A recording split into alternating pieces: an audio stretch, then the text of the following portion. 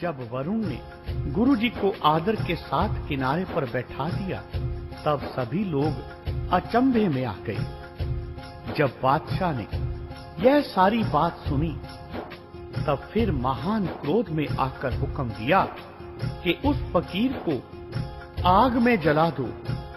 वजीर ने गुरुजी के इर्द गिर्द लकड़ियां इकट्ठी करके आग लगा दी। उसी समय अग्निदेव ने गुरुजी के चरणों पर नमस्कार किया तथा आग में गुरुजी का कुछ भी बिगड़ने नहीं दिया। फिर देखने वाले लोग अत्यंत ही परेशान हो गए। बादशाह ने यह भी तमाम बात सुनी तो कहने लगे, यह फकीर कोई जादूगर है, इसे किसी पहाड़ के ऊपर से नीचे गिराकर खत्म कर दो। वजीर ने एक बहुत ऊंचे पहाड़ से गुरुजी को नीचे पटक दिया। पवन देवता ने गिरते हुए गुरुजी को अपने हाथों पर रख लिया तथा रंचक भी चोट नहीं लगी। एक फूलों के सुंदर मंच पर गुरुजी को सबने बैठे देखा। देखकर सभी लोग भयभीत हो गए। लोगों ने बादशाह को कहा कि वह साधु अभी तक जीवित है। तब बादशाह ने वजीर को बुलाकर कहा कि यह साधु कोई बहुत बड़ा जादूगर है। इसे कोई बड़ा सा गहरा गड्ढा खोदकर उसमें डालकर ऊपर मिट्टी पत्थर आदि डालकर दबा दो। वजीर ने वैसे ही किया। गुरुजी को एक गड्ढे में डालकर हजारों मनों के पत्थर आदि डाल दिए तथा फिर सभी अपने अपने घरों को आ गए। जब दूसरे दिन लोग उधर गए, तब उन्होंने गुरुजी को वहीं आसन पर बैठे देखा। अनेक जो बुद्धिमान थे कहने लगे कि भाई, जिसका भगवान रक्षक हो उसको कौन मार सकता है। फिर लोगों ने बादशाह को गुरुजी का जिंदा निकलना बताया। तो फिर बादशाह ने वजीर को कहा कि उस फकीर को मेरे सामने पेश करो, उसकी ग्रीवा उतारी जाए।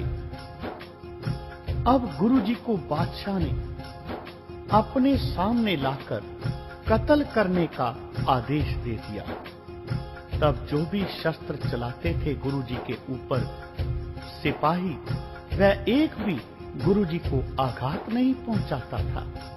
बादशाह को अत्यंत क्रोध आ गया। फिर हुक्म दिया कि इसको सूली पर चढ़ा दिया जाए।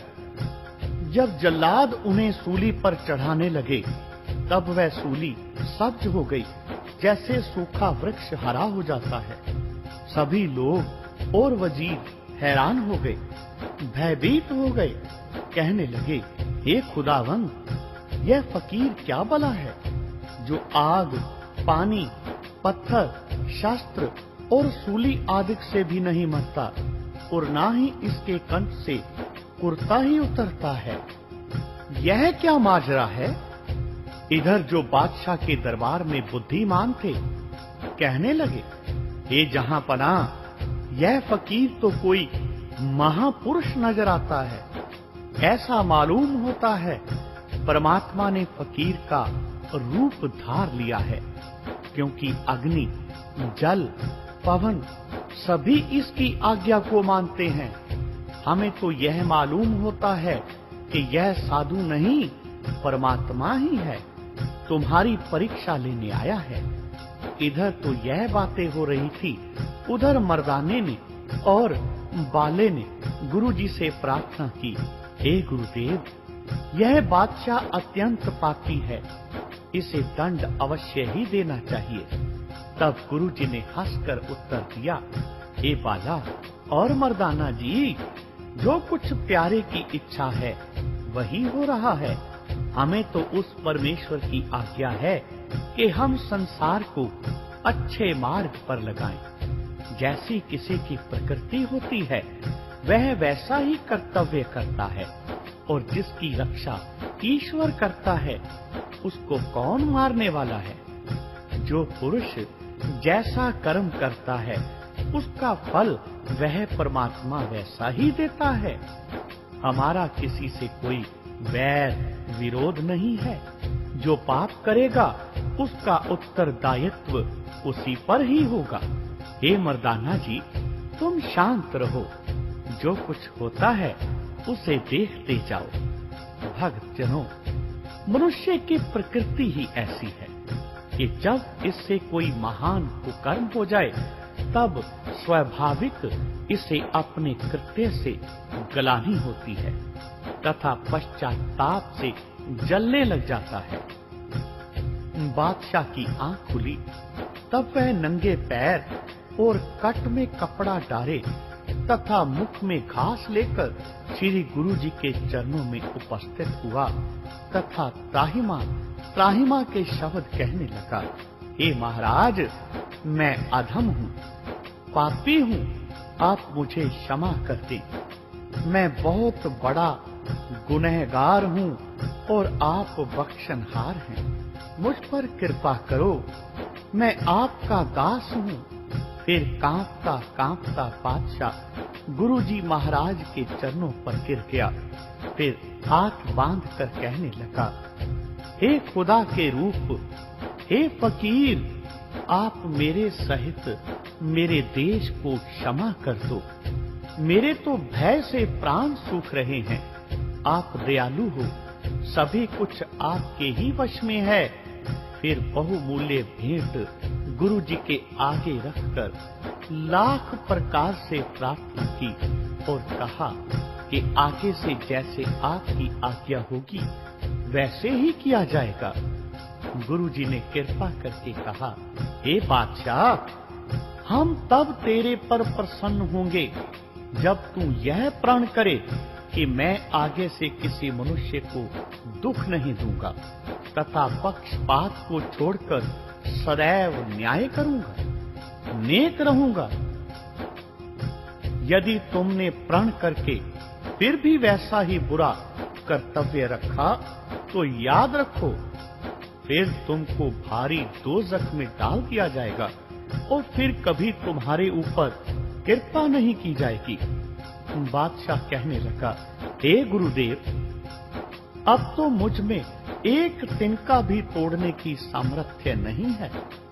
जैसे आप आज्ञा दोगे उसी प्रकार समस्त आयु भर करूंगा। यह मेरा सच्चा प्रण है। गुरु जी ने कहा, देखो, उस परमात्मा का नाम जपो और अपने देश में लंगर की प्रथा चलाओ। गरीबों की पालना करो, पापों को दूर से ही त्याग दो। न्याय करो, न्याय, सिफारिश ना मानो। तब बादशाह ने गुरु जी की सभी आज्ञाएं स्वीकार की तथा उसी दिन गुरु जी का शिष्य बन गया। जब देश का बादशाह ही गुरु जी का मुरीद हो गया तो फिर प्रजा कब पीछे रहने लगी थी, क्योंकि कहा है कि यथा राजा तथा प्रजा। इस प्रमाण के अनुसार सभी जनता श्री गुरु नानक देव जी महाराज की शिष्य हो गई। अब गुरु जी कुछ दिन उस बादशाह के मेहमान रहकर फिर ब्राह्मण पर चले गए, क्योंकि संसार के लोगों को उस प्रभु परमात्मा के नाम का संदेश देना था। जो लोग जीवन के रास्ते से भटक चुके थे उन्हें सन्मार्ग पर लाना था। बोलो जी भाई जी, वाहेगुरु वाहेगुरु वाहेगुरु।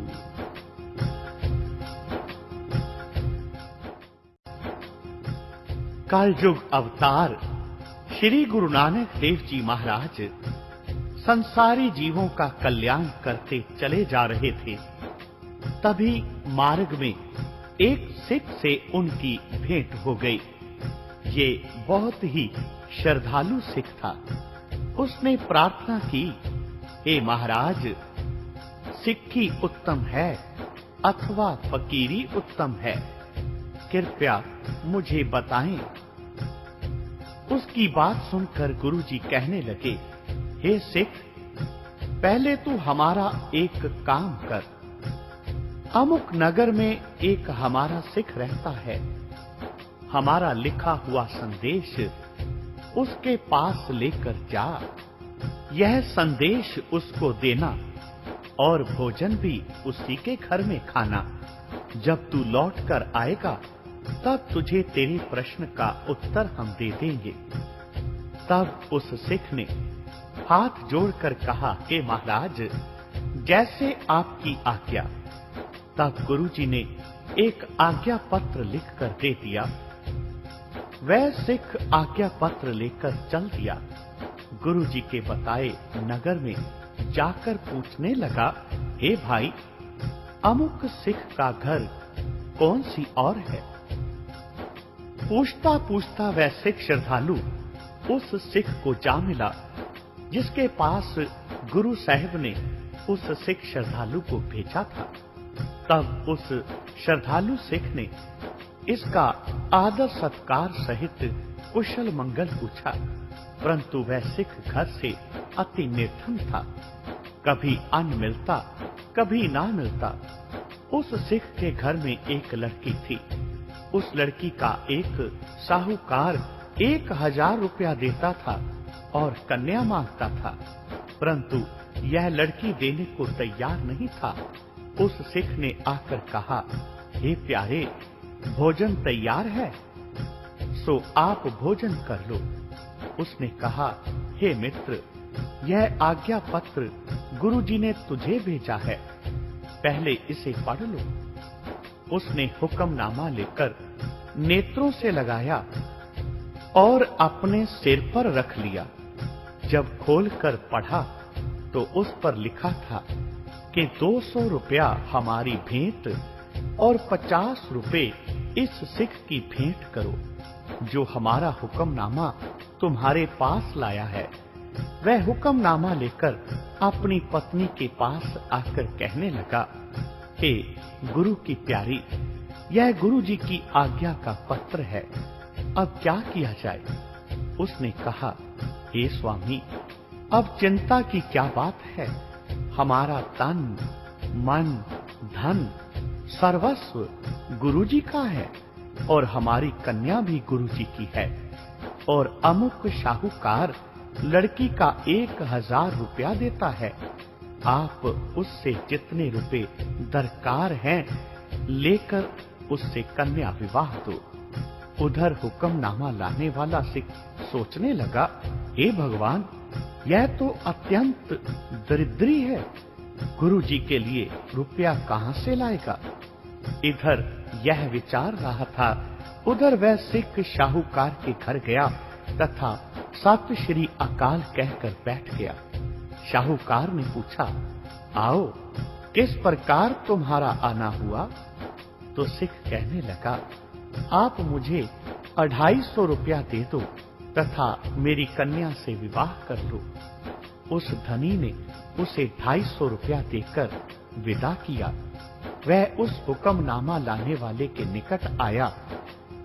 उसने हुक्मनामे की भेंट 200 रुपए किए और 50 लाने वाले को देकर कहा, प्रसाद पाओ। भोजन खाकर वह सिख वहां से लौटकर गुरु जी के निकट आया। उस रुपया वाले सिख ने अपने अहोभाग्य जाने और सत्कार पूर्वक उसे विदा किया। मार्ग में उस सिख ने कहा, धन्य है गुरु जी के सिख और धन्य है गुरु जी महाराज। इतने में रास्ते में उसे फकीर मिला। यह उसके पास छाया देखकर बैठ गया। उस फकीर के पास एक सौदागर आया।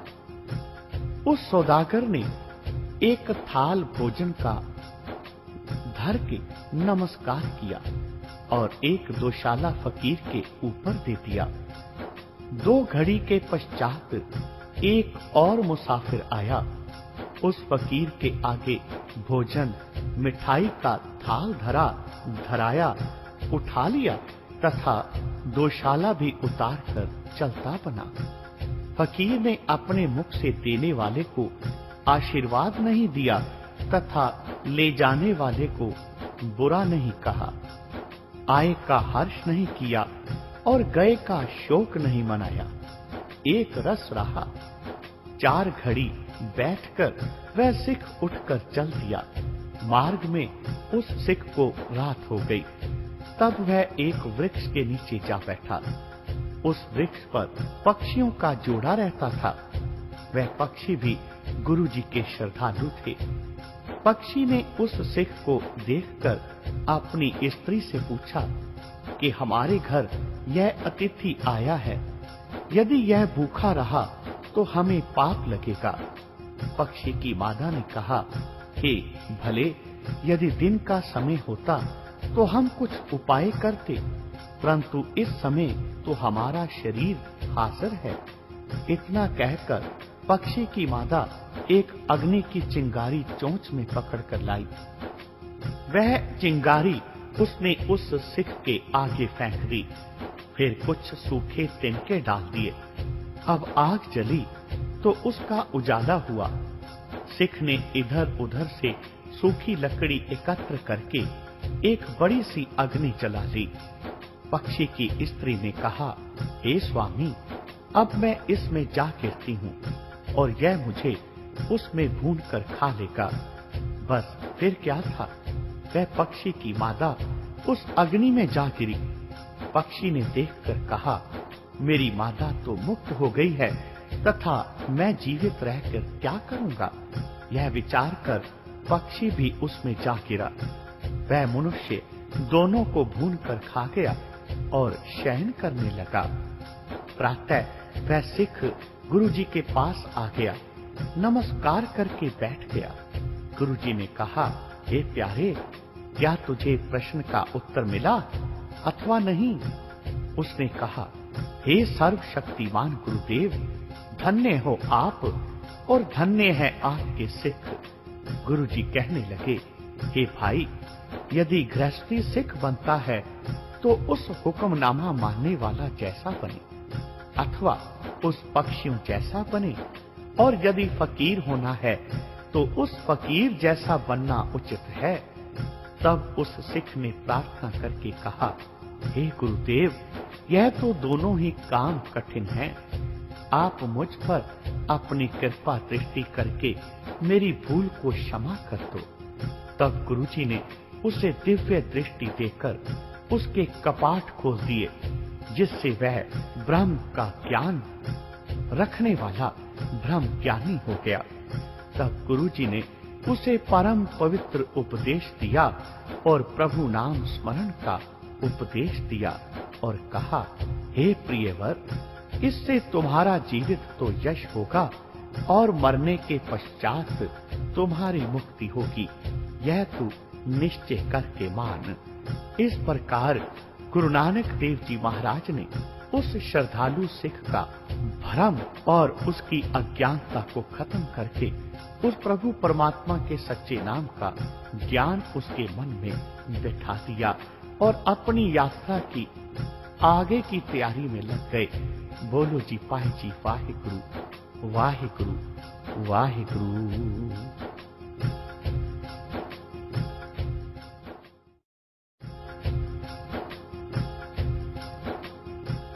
भगत जनों, एक बार श्री गुरु नानक देव जी अपने दोनों सेवकों के साथ भ्रमण करते करते पठानों की बस्ती में जा पहुंचे। गांव के बाहर एक हुजरा था। भाई मर्दाना जी ने पूछा, हे महाराज, यह हुजरा यहाँ किसने बनवाया है? तो गुरुजी कहने लगे, मर्दाना जी, यह हुजरा एक पठान का है, उसी ने यह हुजरा बनवाया है। वह इसी जगह आकर शाम को नमाज पढ़ता है और उसको यहाँ बड़े बड़े आलम लोग मसले सुनाते हैं, परंतु उसके मन में रंचक भी दया नहीं आती। दिन के समय वह नगरों को लूट लेता है। हम उसको मिलने के लिए इधर आए हैं। हालांकि ऐसे पुरुष को मिलना अच्छा नहीं होता, परंतु हमें तो दूसरों के बुरे कामों को देखकर उन पर दया आ जाती है। क्या करें, हमें उन्हें सन्मार्ग पर लाना है। इतनी बात हो रही थी, तब शाम हो गई। वह पठान बड़े अहंकार के साथ अंदर आया और इस हुजरे में दाखिल हुआ। काजी मुल्ला जो उसके साथ थे, सभी ने नमाज के पश्चात मसले कहने आरंभ किए। तब वह पठान सुन सुनकर धन्य अल्लाह, धन्य है खुदा, इस किस्म के शब्द कहने लगा। गुरुजी जो निकट ही बैठे थे उसकी ओर देखकर हंसने लगे। तब उस पठान ने कहा, हे फकीर, हम खुदा का नाम ले रहे हैं और तुम हंस रहे हो, यह हंसी गैर वाजिब है। तब श्री गुरु नानक देव जी महाराज ने एक श्लोक उच्चारण किया, हरना बाजा ते सिकदारा इन पढ़िया नाओ, फादी लगी जात फहायन अगे नाही थाओ, सो पढ़िया सो पंडित बीना जिन्नी कमाया नाओ, पहलों दे जड़ अंदर जम्मै ऊपर होवे छाव, राज सिंह मुकदम कुत्ते जाए जगायन बैठे सुते, चाकर नहिंदा पायन काओ, रत पित कुत्ते चट जाओ, जिथे जियां को सीसार नक्की वड्डी लाए तबार। जब उसने गुरुजी के मुख से यह श्लोक सुना तो कहने लगा, हे फकीर साईं, क्या ईश्वर का नाम जपने से छुटकारा नहीं होगा और किस प्रकार से छुटकारा हो सकता है? गुरुजी कहने लगे, हे पठान, तू भूला हुआ है, यहाँ तू मसले सुनता और खुदा का नाम भी लेता है तथा नगर में जाकर तू पूरा पूरा मक्कार बन जाता है, गरीबों का खून पीता है। इन फरेबी कर्मों के लिए परमात्मा तुझको दंड देगा और फरिश्ते तुमको नरकों में डाल देंगे। पठान कहने लगा, हे साईं, मैं तो अपना लाभ देखकर खुदा का नाम लेता हूँ। फिर अंतर्यामी श्री गुरु नानक देव जी महाराज ने एक और शब्द उच्चारण किया, 100 मन हस्ती क्यों गुड़ खावे, 500 दाना खाए, डक्कै फूकै खे उड़ावे, साए गए पछताए, अंधी फूक मुई देवानी, खसम मिट्टी फिर मानी, अध गुहाला चिड़ी न चुगण, गैन चढ़ी बिललाए, खसमे पावे ओहा चंगी, जे करे खुदाए खुदाए, सकता सिंह मारे सै निरया, सब पिछे पे खाए, होए सताना करे न मावे, साए गए पछताए, अंधा किसनो बुक सुनावे, खसमे मूल न पावे, अक स्यों प्रीत करे अत टिड्डा, अक डाली बह खाए, खसमे पावे ओहो चंगा, जे करे खुदाए खुदाए, नानक दुनिया 4 दिहाड़े, सुख कीतै दुख होए, गल्लां वाले हैन कनेरे, छड़ न सकै कोए, मक्खी मिठै मरना, जित तू रखै तिन नेड़ न आवे, तिन पो सागर तरना। जब यह श्लोक गुरुजी ने सुनाया तब पठान ने गुरुजी के चरणों पर सिर रख दिया और कहा, हे महाराज, हमने जाना कि राज्य में आनंद है, परंतु अब समझ आई कि राज्य के पश्चात नरक होगा। यह भारी दुख है, अब हमारी सदगति कैसे होगी? यह सुनकर गुरुजी ने एक परम पवित्र श्लोक का उच्चारण किया, राजमाल रूप जात जोबन पंजे ठग, इन्नी ठगी जग ठगिया, किन्ने ना रखी लाज, इना ठगै ठग से जे गुर की पैरी पाए, नानक कर्मा बाहरे और केते मुठे जाएं, और केते मुठे जाएं। भगत जनों, यह श्लोक सुनकर पठान श्री गुरुजी के चरणों पर गिर गया और कहने लगा, साधु साधु तो परमात्मा के प्यारे होते हैं, आप मेरा गुनाह माफ करो। हे महाराज, हे महाराज, कृपा करो, मेरा गुनाह माफ करो, मैं तो आपकी शरण आया हूँ। गुरुजी कहने लगे, हे भाई, आज तुमको क्षमा किया जाता है, परंतु आगे से कोई बुरा काम नहीं करना, नेकी के मार्ग पर सदैव चलना। तब वह पठान श्री गुरु नानक देव जी के दरबार में उनका शिष्य हो गया। इस प्रकार उसका कल्याण करने के लिए तथा उसकी प्रार्थना को स्वीकार करते हुए गुरुजी उसके घर में ठीक 9 मास व्यतीत करके उस पर अति प्रसन्न होकर उसे अभय दान दे दिया। अब गुरुजी कहने लगे कि आप लोग जो कुछ मांगना चाहो मांग लो। तो उन्होंने कहा, हे गुरुजी, आप अपनी कृपा से वह वस्तु हमें दो जिसको हमारी आगे की संतान भी देखकर आपकी दया स्मरण रखे। गुरुजी कहने लगे, आप कड़ा प्रसाद बनवाओ जिसमें मैदा, चीनी और घी बराबर का हो। उन्होंने एक हिंदू हलवाई से कड़ा प्रसाद बनवाया तथा गुरुजी के आगे रखवा दिया। गुरुजी कहने लगे, तुम लोग इस पर एक चादर डालो। जब प्रसाद पर चादर डाली गई तब गुरुजी कहने लगे, तुम बैठकर वाहेगुरु वाहेगुरु वाहेगुरु वाहेगुरु का जाप करो।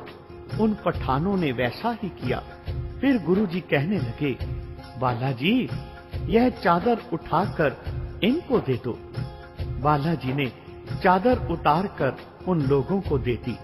गुरुजी ने आज्ञा दी कि तुम कड़ा प्रसाद इन लोगों में बांट दो।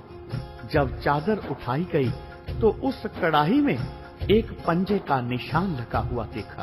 तब गुरुजी कहने लगे, नाम जपना, चादर डालकर प्रभु से विनती करनी। जब चादर उतरने पर पंजे का निशान देखो तो जान लेना कि तुम्हारा कार्य अवश्य ठीक होगा और फिर कड़ा प्रसाद को बांट देना। लेकिन यदि पंजा ना लगा हो तो फिर वह कड़ा प्रसाद नहीं बांटना। भगतजनों, पठानों में आज तक यही रीति है। वे सभी पठान गुरुजी के शिष्य बन गए। उनका उद्धार करके श्री गुरुजी महाराज अपने भक्तों के साथ वहां से रवाना हुए। बोलो जी भाई जी, वाहेगुरु वाहेगुरु वाहेगुरु वाहेगुरु।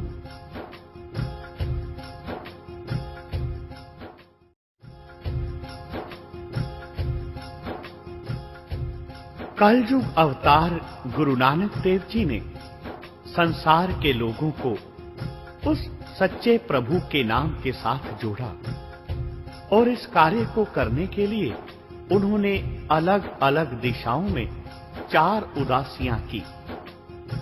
अपनी चौथी उदासी के समय गुरु नानक देव जी धनासरी देश को चले। वहां पर उन्होंने एक चारपाई बनवाई। उस पर भाई बालाजी, मर्दाना रबाबी, सीहो और धीहो चारों बैठे हुए थे। उस समय गुरुजी की समाधि लग गई। जब गुरुजी की उत्थान अवस्था हुई तब सिखों ने प्रार्थना की, हे महाराज, आपका ध्यान किधर गया? तब गुरुजी कहने लगे, हमारा मन उठ खड़ा हुआ है। तब मर्दाने ने कहा, कृपया बताएं, आप अब किधर जाएंगे? गुरुजी कहने लगे, वीरा नाम का मलार है और आगे गांव में उसका घर है, उससे मिलकर देखेंगे। फिर भाई बालाजी और मर्दाना जी गुरु साहब के साथ चलते चलते वहां जा पहुंचे। वहां जाकर मर्दाना जी ने पूछा, भाई वीरा मलार कहाँ रहता है? तो लोगों ने बताया, वह जो सामने घर है वही वीरा मलार का घर है। तब गुरुजी उसी स्थान पर जा पहुंचे जहां वीरा बैठा था। गुरुजी कहने लगे, हे वीरा, उस अलेख को सलाम है। तब वीरा ने नमस्कार करके बड़े ही विनम्र स्वभाव में आदर सहित पूछा, आप कौन हैं और कहां से आ रहे हैं तथा हमसे क्या कुछ काम है आपको? गुरुजी ने कहा, हम आपसे 2 बातें परमात्मा पंथ की पूछने के लिए आए हैं। तब वह वीरा कहने लगा, आप इन लोगों से पूछ लो, हमसे क्या पूछते हो? हम लोग तो निर्धन सब्जी बेचने वाले हैं, हमें आत्म वस्तु का क्या पता हो सकता है? मर्दाना कहने लगे,